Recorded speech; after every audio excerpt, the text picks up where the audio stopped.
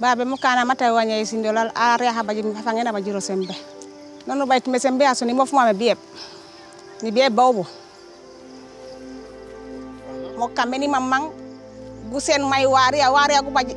Walla il netami ay mim may mbiguju guro. Gogu jume ko kan jambi go belen wafwa si jawlal wobne bu bagnenul ciosane yo si palal go halal to men si jawlal do. Mukana ma molal milli merore maturongal.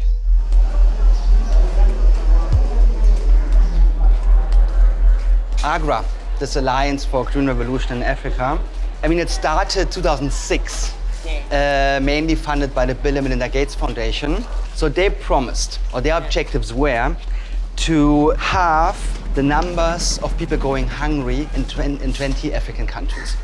They also promised by the year 2020 to double the incomes and the yields of more than 30 million small-scale farmers. I mean, it sounds nice, huh? But it's also, from my perspective, it's a scam. Because the 30 million small-scale farmers is literally every single small-scale farmer at the African continent. And how can you reach all of them? And then it turned out that instead of reducing or halving hunger in these 20 countries, there was even an increase by 30%. So this entire Green Revolution narrative propagated by AGRA and others, it's just a complete failure. It's a complete failure. The concerning aspect of this entire sort of narrative is that the focus is primarily on a very narrow description of productivity, and the focus is on yield of a few grains, and it completely ignores the efforts and strategies and knowledge systems that farmers have been using and relying on for centuries. Some might even argue for millennia. The government setup is all the policies, all the laws which we have, they are geared towards improving agricultural productivity, which means it's a use of improved seeds. Actually, when we talk of seeds in Tanzania, we mean the seeds that are in the formal sectors. It has to go through the approval authorities, whereby they have set certain criteria in order for a seed to be called a seed. Because other materials like the farmer seeds, those are not regarded as seeds. You were talking about input subsidy programs, but how do they function? In the case of Southern Africa, for example, in Malawi and in Zambia, how they typically work is that farmers apply or are granted e-vouchers, and they use these e-vouchers to purchase inputs from agro-dealers in their communities. Usually it's hybrid seed. And with hybrid seed, as you know, you need a lot more input to make sure that you're able to secure the optimum yields. So a lot of it is centered around maize and ensuring higher productivity of maize for the state is how they measure level of food security also in these countries. Le Sénégal fait partie des pays de la sous-région qui subventionnent l'agriculture. Alors, les intentions subventionnées, que ce soit les semences, que ce soit les engrais, mais en même temps, tout ce qui est matériel agricole. L'utilité, elle est d'une importance capitale. Vous savez, 60% de la population du Sénégal dépend de l'agriculture.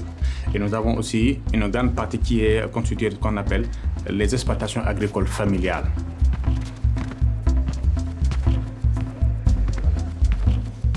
Si on parle un peu sur le côté de la mécanisation qui est en train de faire de grands pas, l'État subventionne même les tracteurs à hauteur de 60%. Donc ça veut dire que l'État du Sénégal est en train de mettre en place toutes les chances du côté des populations pour que ces populations-là puissent vraiment avoir de bonnes productivités.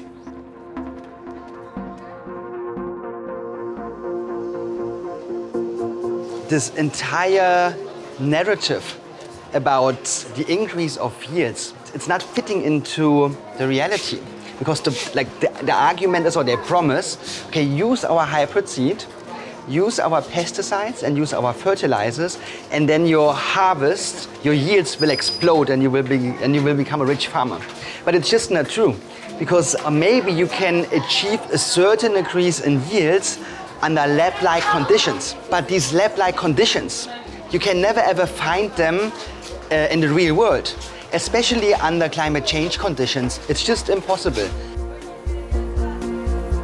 Those programs, they are dealing with actual specific crops, the crops that have high value, the crop that can be sold so that they can earn revenues, because the aim is to get money. The aim is not to save the people. Of course, they are talking about saving the people, but of course, how can the companies run without having money? So you can see that the concentration is on maize, and maize is actually the key crop in the country.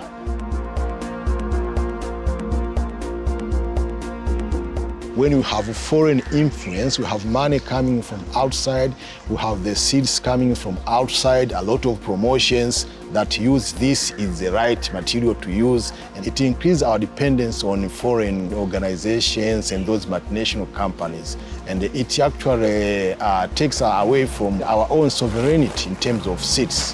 When you become a dependence of seed materials from outside, then you are colonized.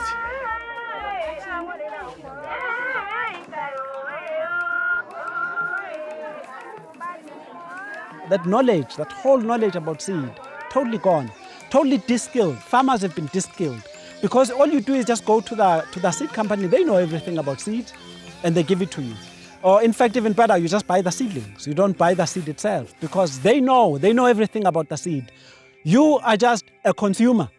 You are just a consumer. You have no knowledge of how does this seed perform.